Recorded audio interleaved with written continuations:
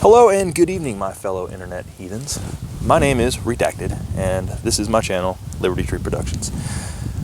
This is my first video, so I'm going to start off kind of easy with a unboxing. I feel it's a pretty simple way to jump into this. And what we have here today is the SDS Imports Lynx 12. For those of you who are unaware, the SDS Imports Lynx 12 is a Chinese clone of the Russian Saiga 12. The AK style shotgun that most of you have probably used in a video game at some point in your life. So, very excited to get this. I scored a really good deal on Gunbroker. Every now and then you get you can find a nice buy there. So, this is my first time opening this. Not sure what to expect. Probably should have opened it earlier, but I like honesty and real truthfulness. So what we have is a cheap What we have is a really cheap cardboard box. Pretty typical for import firearms. Stuffed in the box is our shotgun in this lovely plastic bag. Pretty standard, yet again, of import weapons. And as I thought it would be, it is literally covered in oil and grease. So we'll probably be cleaning that off, break it down and get all that out of there. And we might do that in this video. So it uses standard AK style furniture on the back and on the grip. The selector, while being insanely easy to operate, appears to be a standard AK safety selector. We do have a standard AK style bolt. The weapon is empty, because unfortunately they don't ship these with ammunition. The fore end is not standard AK pattern. You will, if you do want to put AK style furniture on the front, you will have to do some modifications. The sights here are pretty terrible, to be honest. I mean, it is just a shotgun, but luckily we do have a standard AK pattern receiver rail where we can add sighting systems here. The barrel is 19 inches and it has a standard saiga threaded barrel there where we can use chokes that are designed for the saiga platform, as well as muzzle brakes if you're into that kind of thing. We have a paddle style mag release, just like the AK. As you can see, it's very, very similar to the AK-47 that it was based off of. Alright, inside the box, besides the shotgun, we do have this very important owner's manual, and I highly suggest everybody reads this. And some foam, more foam. Oh. And we have a magazine, also shipped in a lovely plastic bag, covered in grease.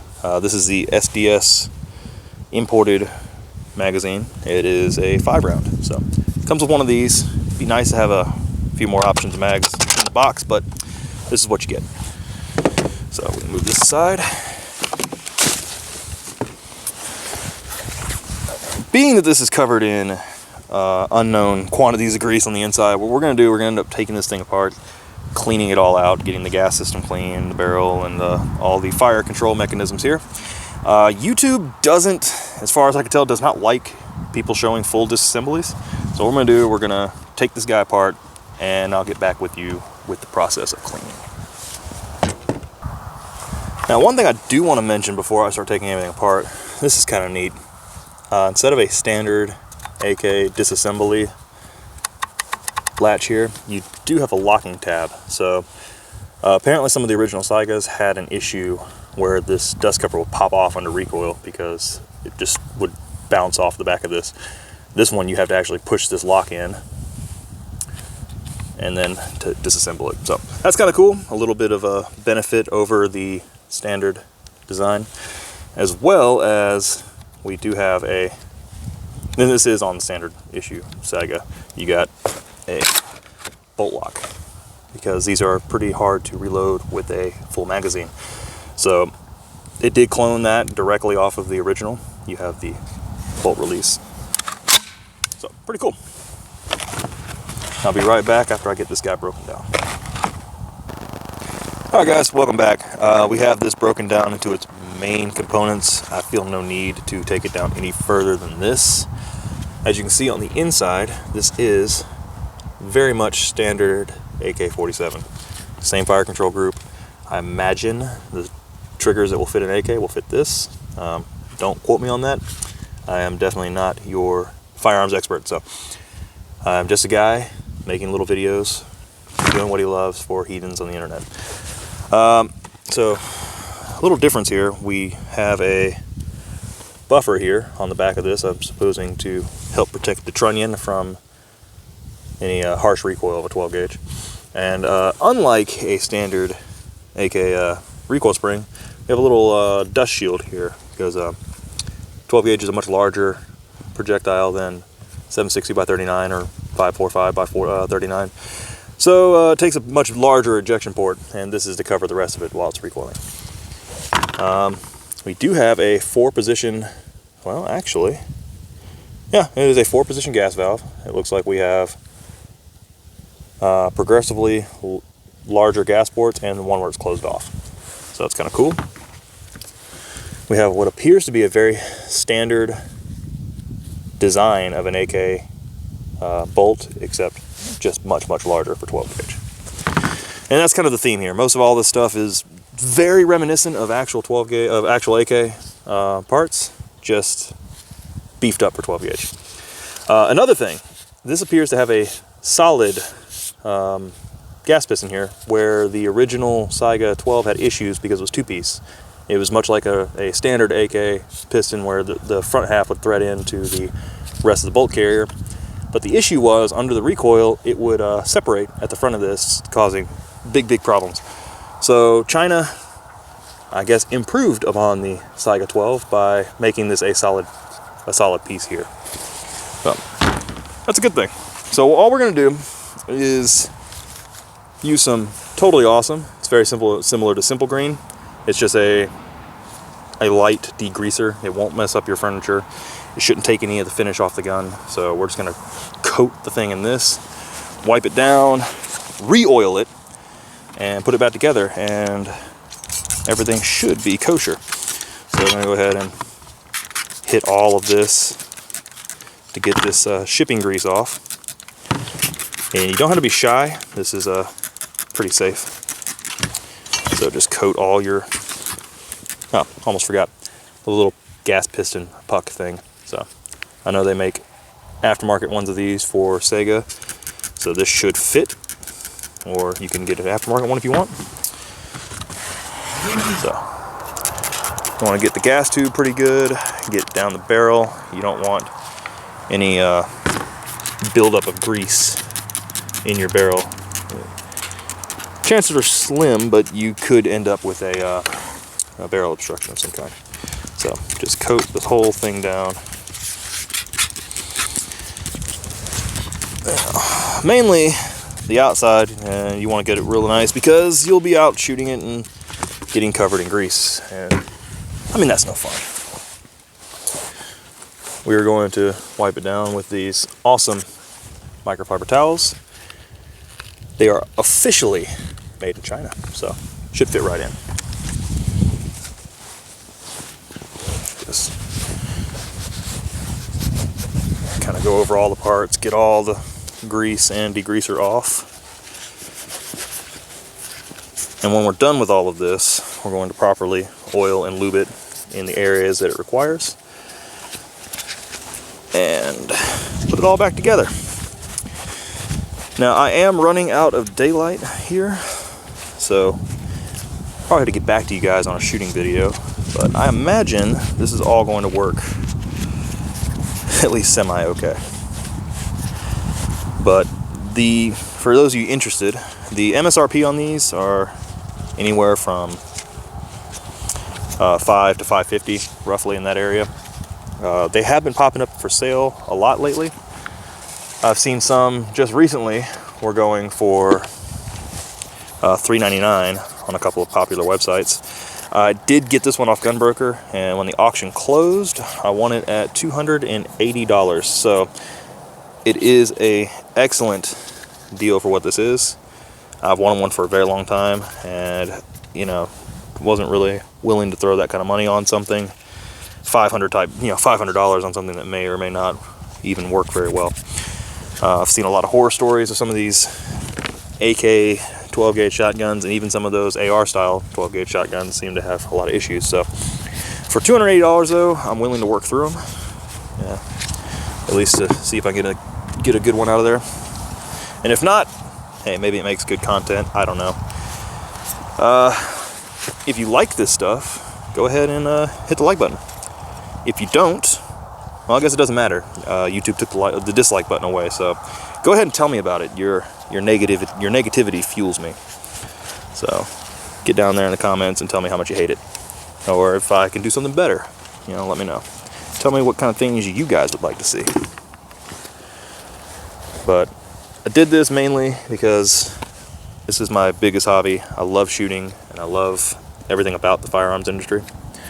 And this is something that gives me the ability to do what I love and share my hobby with all you heathens out there. Now, unfortunately, my hobby isn't filmmaking, so I'm probably going to make this terrible, but we'll work on it and we'll get better. I have another video lined up once the weather starts getting a little nicer. Today is oddly nice for January in North Mississippi, so it was pretty cold yesterday, and now it's like 65, 70 degrees here, so it's weird. You can't predict the weather out here. I feel bad for meteorologists who try.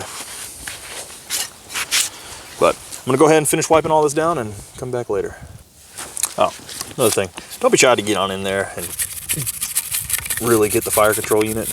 I mean, you don't want a bunch of this thick, nasty shipping grease gumming everything up and then wondering why your trigger sucks. But I mean, it'll all work its way out eventually, but I mean, why not just get in there and do it now?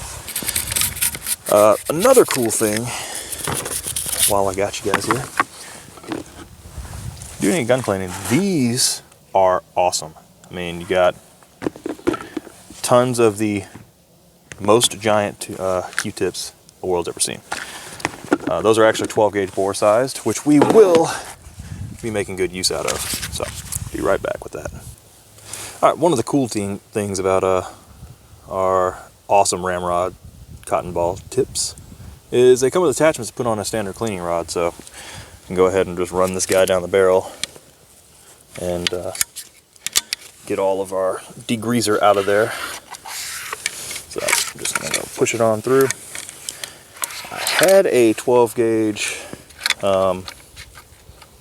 bore snake and have no clue where it went, so I'll have to replace that. But for now, this massive Q-tip is doing a pretty good job. Now that all came out of the barrel. I haven't shot this yet. I literally just opened it, so I assume SDS must test fire these. If so, that's kind of cool, but or may just be a lot of machining junk left in the barrel from when they made it. But we're pretty much done. Don't know how well this picks up on camera, but now the finish has kind of sort of a gray tinge to it. It's because this totally awesome degreaser totally stripped all the oil off of it. So we are going to re-oil everything a little bit and wipe it back down, so that way we don't let the metal get exposed and rusty and nasty. Almost done there. Just gonna go ahead and finish cleaning off our bolt. And we're gonna throw it back together.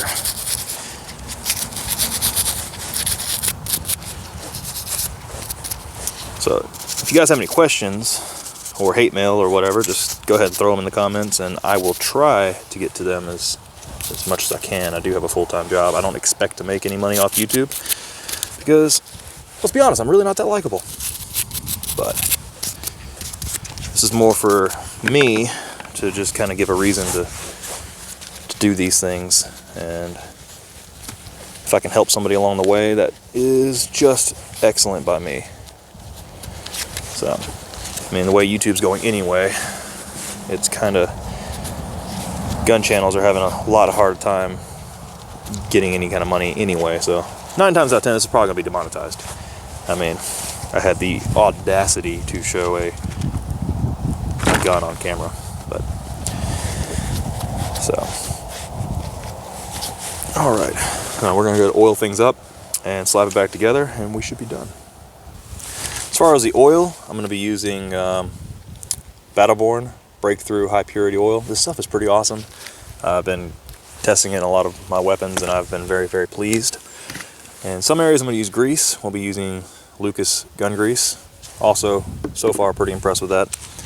But for the bore, I'm just going to go ahead and in the barrel, I'm going to just coat one of these Q-tips here in the gun oil and just run it down the barrel a few times. That way we should be able to coat the barrel with another protective layer of oil that's not that thick, nasty shipping oil they pack it with. This should give it a nice. Now, as far as I understand, and it does appear to be so, this is supposed to be a chrome lined barrel, so it should be pretty resistant to any kind of corrosion, or, I mean, you shoot whatever the heck you want to down it and we should be good. But it's always good just in case to coat the barrel with a little oil. I'm gonna go ahead, same thing with the bolt. We're gonna just put it all around this guy, any kind of wear areas. And I'm just gonna coat the finish with it so that it stays protected. I don't want to leave it sloppy on there, so I'm going to go ahead and a little bit wipe it off with a rag. I'm going to let this soak for a moment while I go ahead and coat the rest of this stuff.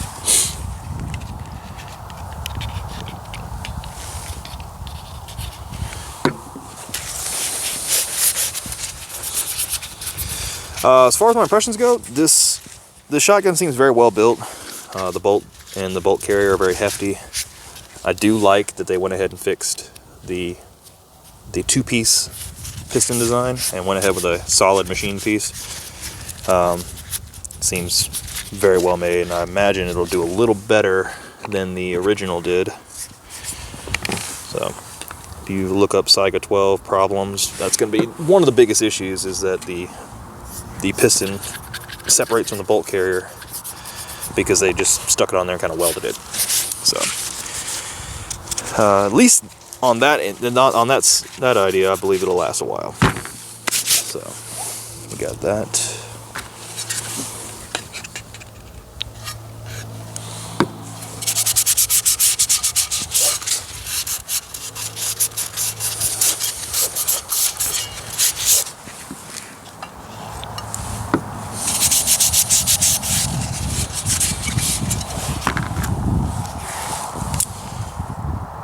I mean, it's always a good idea to clean your firearms when you first get them.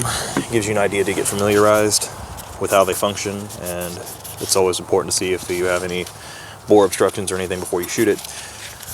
Most domestically produced firearms, you're not going to really have a problem with this being covered in too much grease. There should be a little machining lube left inside the gun, but it shouldn't hurt much.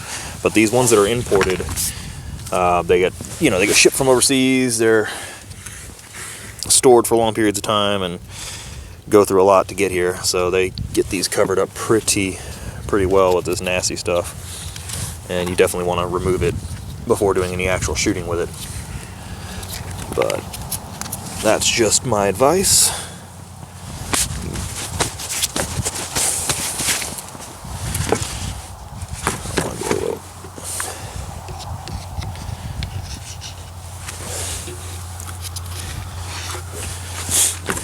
Like I said, go over some of the metal here so it doesn't get completely exposed. I'll have a little bit of grease in there, or oil.